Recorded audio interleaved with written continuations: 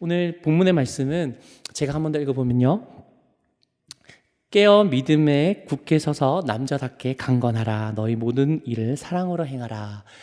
라는 말씀을 했습니다.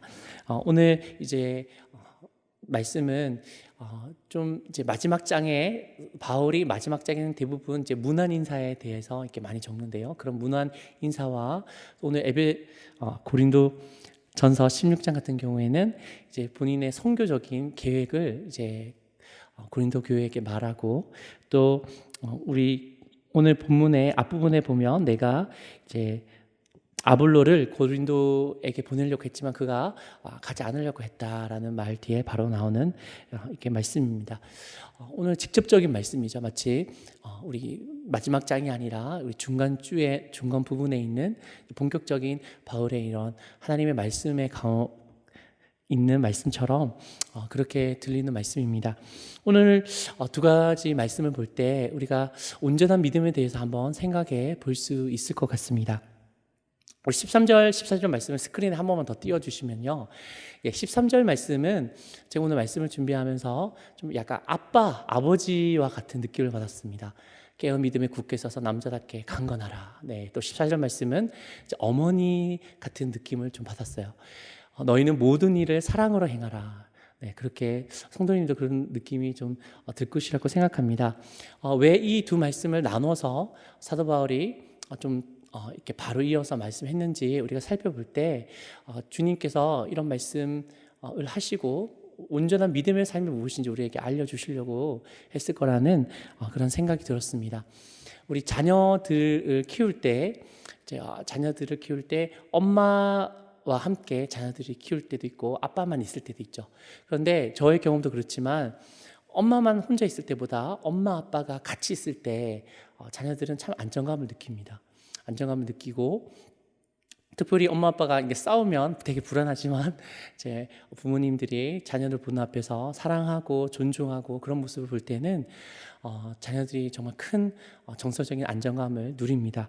왜 그렇게 아빠 혼자 엄마 혼자가 아니라 엄마 아빠 같이 있을 때 이런 안정감을 느끼는지 생각을 해봤습니다. 그것은 우리 하나님의 형상으로 우리 인간과 남자를 창조해 주셨는데 여자와 남자의 하나님의 형상을 좀 더 부각되게 하나님께 주신 것 같아요. 남자에는 책임감과 또 보호 본능과 또 열심히 일을 해야 된다. 네, 그런 마음을 더 주신 것 같고, 또 엄마에게는 이제 더 사랑하고 양육하고 보호하고 또 포옹해 주려는 그런 하나님의 성품을 더 주신 것 같습니다. 칼빈은 기독교 강요에서 이렇게 말했는데요. 하나님은 교회의 가슴 속으로 그의 아들들을 불러 모으시고 어머니와 같은 교회의 지도를 받아 그의 아들들이 양육되고 성장되어 신앙의 목표에 도달하게 되기를 기뻐하신다. 하나님을 아버지로 모신 자들에게 교회는 어머니와 같다고 하겠다라고 이제 기독교 강요 4권 1장 1절에서 이렇게 얘기했습니다. 우리의 믿음도 우리 하나님께서 아버지로 우리를 많이 사랑해 주시고 돌봐주시지만 우리의 믿음의 어머니와 같은 이 교회를 허락해 주셔서 이 교회 품 안에서 우리가 성장하고 주님의 말씀에 꿀을 먹고 또 서로를 돌보면서 이제 주님의 형상까지 자라게 의도하였다라고 칼빈이 얘기했습니다. 그러므로 하나님께서 우리 주님을 섬기는 삶에는 이제 남성적인 측면과 여성적인 측면이 동시에 다 포함된다고, 아빠 같은 마음, 엄마 같은 마음이 다 포함되어 있다고 이제 우리가 알 수 있죠. 그게 좀 더 우리가 온전한 믿음 생활을 할 수 있다라는 것들을 오늘 본문의 말씀에 나와 있습니다. 그래서 사도 바울은 깨어 믿음에 굳게 서서 남자답게 강건하라. 이 말은 고린도 교회 성도님 모두에게, 남성뿐만 아니라 여성에게도 한 말씀이고, 너희 모든 일을 사랑으로 행하라 라는 말씀도 우리 모든 성별과 상관없이 모든 성도에게 사도 바울이 했던 말씀입니다. 우리 이 두 가지 말씀을 조금 더 깊이 있게 우리 한번 살펴보기 원해서, 우리가 어떤 일을 닥칠지라도 우리가 믿음으로 굳게 서서 남자답게 담대하는 마음이 되고, 또 어떤 일을 할지라도 하나님께서 의도하신 그 사랑으로 행하게 되는 여러분이 되시기를 예수님으로 간절히 축원드립니다. 우리 먼저 13절 말씀을 한번 보기 원하는데요. 깨어 믿음에 굳게 서서 남자답게 강건하라 라는 말씀은 어떠한 의미고 또 우리에게 우리 삶에 어떤 통찰을 주어서 이 말씀대로 살 수 있게 우리를 할 수 있을까요? 먼저 우리가 깨어 있다라는 말씀을 한번 살펴보기 원합니다. 깨어 있는 것이 참 중요하죠. 우리가 사실 잠을 요새는 많이 안 자기 때문에 항상 깨어 있다고 생각하기 때문에 이게 깨어 있는 게 뭐가 그렇게 중요하나라고 이제 생각할 수도 있겠지만, 성경에서 깨어 있어라라는 그 표현을 예수님께서 마태복음에는 7번 하셨고요. 그리고 마가복음에도 7번이나 하셨습니다. 그리고 누가복음에는 2번을 주님께서 제자들에게 깨어 있어라, 깨어 있어야 된다라고 말씀하셨습니다. 그러면 깨어있는 상태가 어떤 의미일까요? 우리가 육신이 이렇게 눈을 떠서 잠에서 깨어있는 게 아닌 예수님께서 의도하신 그 깨어있음의 의미를 우리가 한번 살펴보기 원합니다. 이것을 말씀으로 이렇게 풀어서 말씀 드려도 되지만 어떤 비유로 설명드리면 좀 더 이제 명확하게 생각이 되실 것 같아서 그렇게 말씀드리기 원하는데요.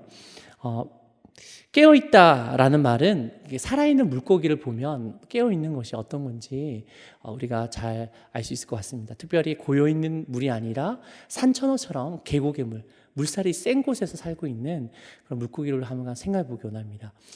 그 산천어가 깨어있다, 살아있으면 특징이 뭐죠? 물살은 아무리 세도 자기가 원하는 곳에 가고 또 물살은 세도 멈춰있는 것 같은 그런 것을 볼 수 있습니다. 하지만 우리가 그 물고기가 눈을 감았을 때 깨어있는 것 반틈, 죽어있을 때는 어떠한 그런 현상이 있습니까?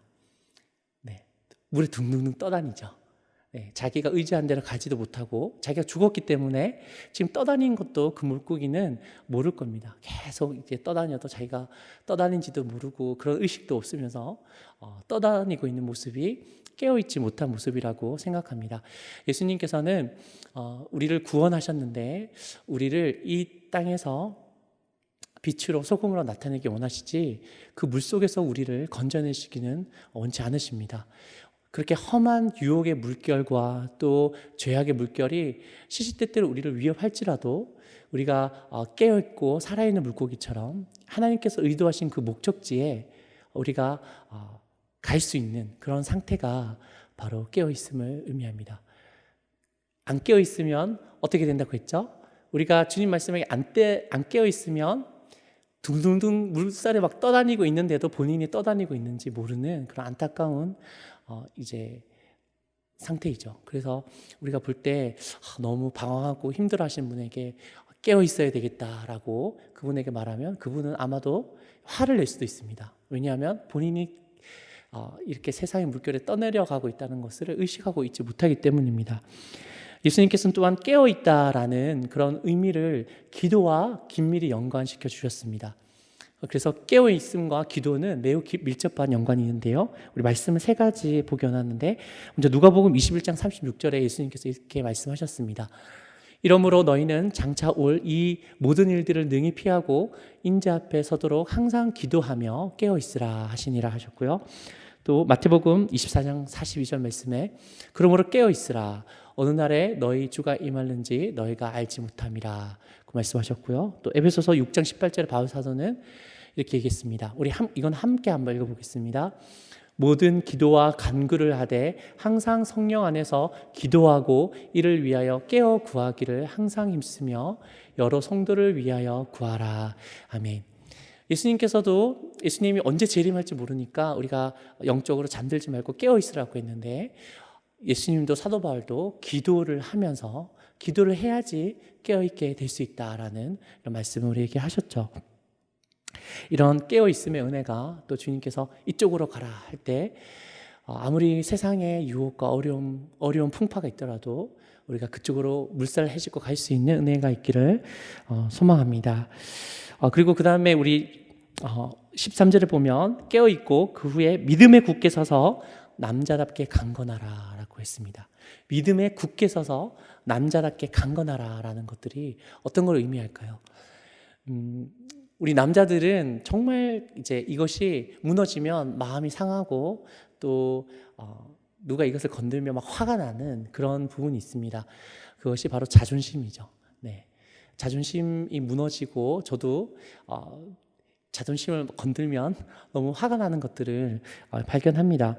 그래서 이제 그런 것들이 안 무너지기 위해서, 누구든지 나를 깔보지 않기 위해서 본능적으로 특별히 남자들은 자기 자신이 설 수 있는 든든한 토대를 이제 닦는 것 같습니다.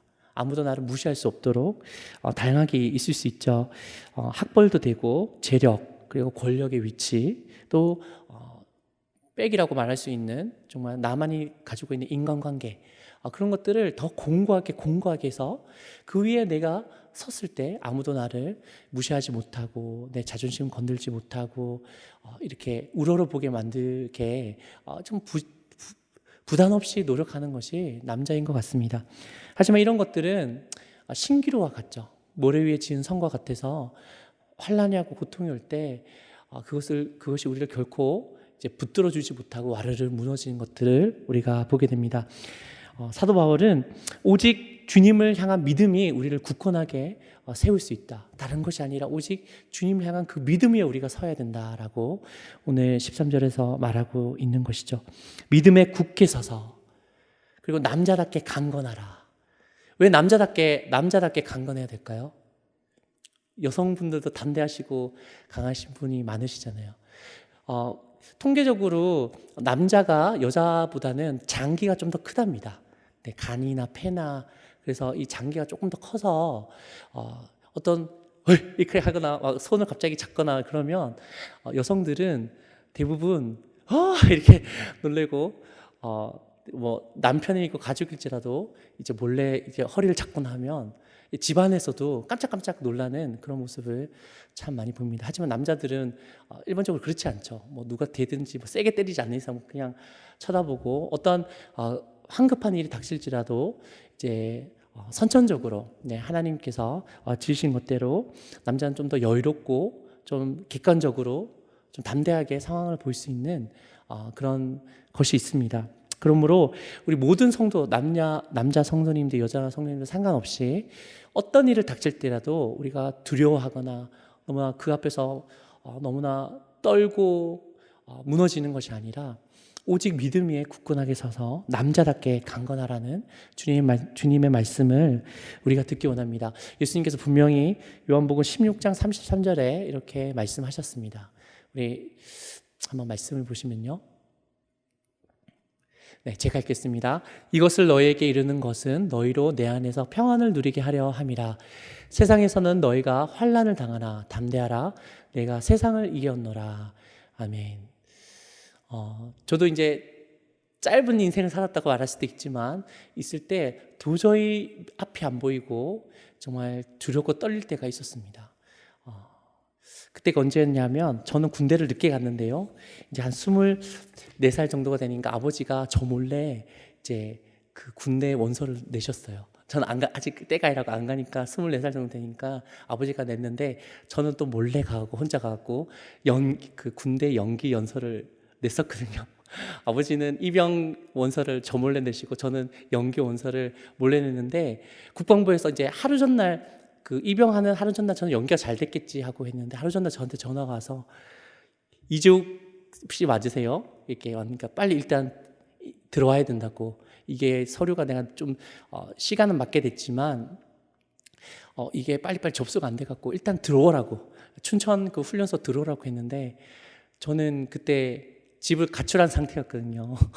아버지한테 맞을까봐 저기 진주로 혼자 가고 막 좀 있었는데 어쨌든 그때 너무 가슴이 철렁했는데 결국은 안 갔습니다. 춘천으로 안 갔는데 이게 잘 서류가 정리돼서 이제 그런 적이 있었습니다. 네, 그때 참 막 두렵고 떨렸는데요. 제가 겪었던 것보다 훨씬 더 큰 어려움에 환난이 있으신 여러분이 있을 줄 압니다. 하지만 주님께서는 내가 세상의 모든 일 가운데 승리하였으니 나를 믿는 너희는 두려워하지 말고 담대하라 라고 주님께서 우리에게 말씀하십니다. 우리 두 번째로 우리 14절 말씀을 한번 보면요. 그렇게 말씀하신 후에 너희 모든 일을 사랑으로 행하라 라는 말씀을 했습니다. 우리의 모든 일을 사랑으로 행하라라고 말씀하셨는데, 우리 13절 말씀은 어떤 일을 우리가 하기 전에 우리가 대할 때의 그런 상태를 얘기하고 있는 것이고요. 또 14절 말씀은 그 일이 나에게 실제적으로 임하고 내가 그 일을 그런 것들을 행할 때 어떻게 행해야 되는지에 대해서 이제 말씀을 하고 있습니다. 뭐 어떻게 행하라고 말씀하셨죠? 네, 사랑으로 행하라라고 말씀했습니다. 현대 사회는 능률을 참 이제 중요시 여깁니다. 얼마만큼 이 사람이 이 시간에 능력을 내어서 이만큼의 결과를 냈는지 그거를 항상 좀 체크하고, 그것을 잘한 사람은 똑똑한 사람이다, 스마트하다. 근데 열심히 했는데도 결과가 안 나오면 좀 똑똑하지 못한 사람이다라고 이제 판단을 하면서 이제 급수를 나누는 경우가 많습니다. 부지불식간에 우리도 어떤 일을 할 때나 어떤 일을 시킬 때나 어떤 말을 할 때도 그런 어떤 경제적인 논리로, 효율의 논리로 사람을 대하고 또 어떤 일을 할 때가 참 많지만, 사도 바울 선생님은 우리에게 사랑으로 행하라라고 말씀을 했는 것이죠. 여러분, 얼마만큼 여러분 행하는 일에 대해서 사랑으로 하고 계십니까? 네, 시간이 지나가 보면 그 사람의 능률과 효율보다 그 사람이 나에게 얼마만큼 사랑으로 대하였는지 그것이 정말 남는 것 같습니다. 제가 그 양평에 사역을 하고 이제 사역지 이제 마무리하고 이제 그만두게 됐을 때 어떤 성도님은 인사하고 잘 가라고 이렇게 인사도 하시고, 어떤 성도님은 멀고 또 이렇게 가서 먹으라고 이렇게 해주신 분도 있는데, 이 기억에 좀 남는 한 권사님이 계셨습니다. 한 권사님이 어떤 분이셨냐면, 차량 운행을 계속 했기 때문에 그 권사님이 이제 차량 운행 마지막으로 다 하고 이제 한 분이 남았고 그 권사님이 내릴 차례였는데, 그 권사님이 이재용 목사님 잘 가시고 강건하세요. 그래서 훅 하면서 우시는 거예요. 훅 하면서 우시고 이렇게 막 하면서 이렇게 가시는 걸 이렇게 봤을 때, 저 그게 오래 남더라고요. 야, 권사님이 좀 이렇게 사랑해 주셨구나. 네, 너무나 그게 정말 몇 년이 흘러도 남고 정말 좋은 추억으로 저에게 남아 있습니다. 여러분, 이 사람들을 많이 대하시죠. 가족도 대하고 또 직장에서 사람을 대하고 할 때 정말 모든 걸 내려놓고 이 사랑의 기준으로 우리가 행할 때 진정 그 사람에게 또 우리에게 주님의 사랑이 느껴지고 또 하나님 나라가 우리에게 임하게 됨을 믿습니다. 아멘. 네. 우리가 이 두 가지 말씀을 보았는데요. 우리가 한번 생각해 보기 원합니다. 우리가 하나님께서 우리에게 주신 많은 일들 가운데 내가 얼마만큼 믿음으로 굳게 서서 남자답게 담대하게 일을 하고 있는지, 또 막상 일을 할 때 내가 얼마만큼 사랑으로 그 일을 하고 있는지 우리가 한번 이 시간 돌아보기 원합니다. 이게 어떻게 보면 이 말씀이 간단한 말씀이지만 실제적으로 우리의 삶 속에 적용하기에는 매우 어려운 말씀이 될 수 있습니다. 우리도 어려운 일을 겪고 환난을 겪을 때 세상 사람들과 똑같이 두려워하고 낙심하고 절망하는 그런 경우가 얼마나 많습니까? 그리고 내가 당신을 사랑합니다. 당신 사랑합니다. 이렇게 입으로는 쉽게 고백하지만 실제적으로 같이 일을 할 때 아니면 같이 관계를 맺을 때 내가 얼마만큼 사랑으로 하지 못하고 계산하고 또 그 사람을 판단하고 사랑으로 그 사람들을 이제 또한 허물을 덮어주는 그런 일들을 하기에는 우리가 참 연약하고 부족한 우리의 모습을 발견합니다. 그럼에도 불구하고 이 두 가지가 같이 있어야지만 우리가 하나님 보시기에 온전한 믿음의 삶이라고 주님께서 인정하실 것입니다.